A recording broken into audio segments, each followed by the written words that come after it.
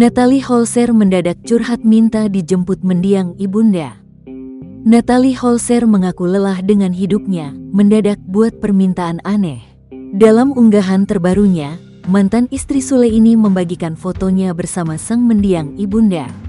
Namun Natalie Holzer mengungkapkan perasaan lelahnya di media sosial. Ia juga mendadak minta dijemput oleh sang mendiang ibunda.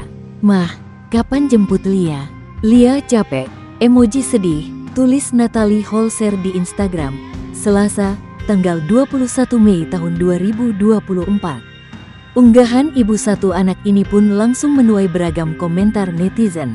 Tak sedikit warganet yang mengkritik curhatan mantan istri Sule tersebut.